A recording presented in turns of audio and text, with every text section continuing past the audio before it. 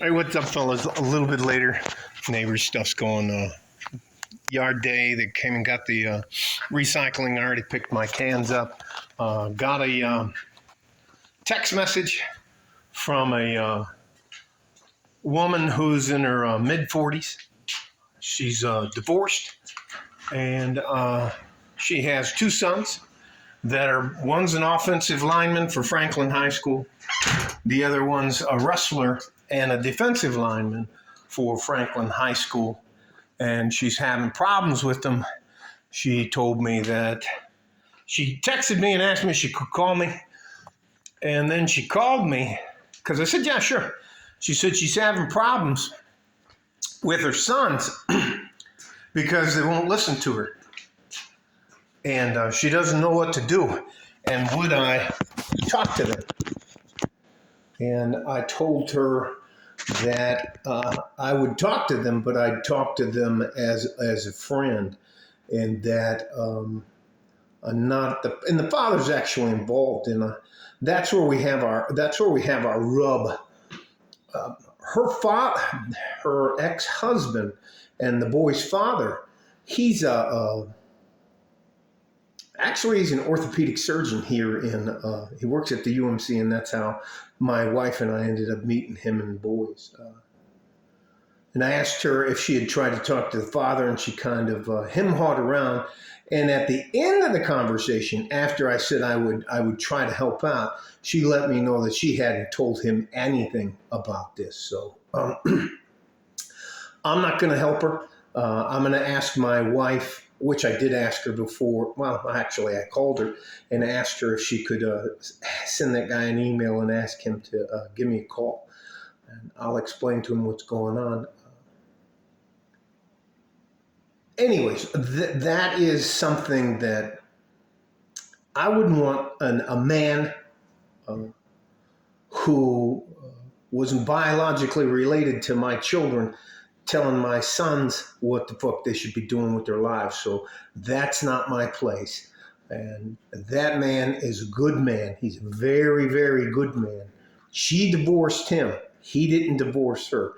And now she's having problems with those boys. And those boys are, I'm 6'2", and both of those boys are about that much bigger than I am. And I can't clasp my hands. Now I can touch my fingertips, but when I hug them, it's just about like this. I can't like clasp my hands, anyways, those I'm talking about judo. Anyways, all that to say this, here's the second part, and this is one of the better parts of this. I'm going to show you that you can actually eat well for $25 or less, and that's for two people. Now, I always go through our local newspaper letter here. This is from Albertsons. And we only buy high-quality meats such as ribeyes and steaks when they're on sale. So the steaks that I'm about to show you and the vegetables that I'm going to show you that are all from an on-sale thing.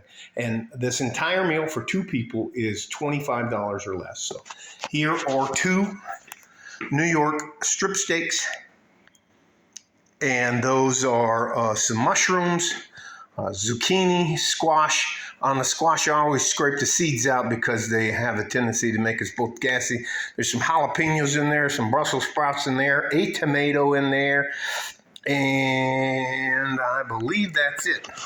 So we'll grill all out. I'll throw this in some of the olive oil. There's the olive oil right there, and some of the spices, which are right here. I might put a little butt rub on them, which is that. No lemon pepper, that's for the fish.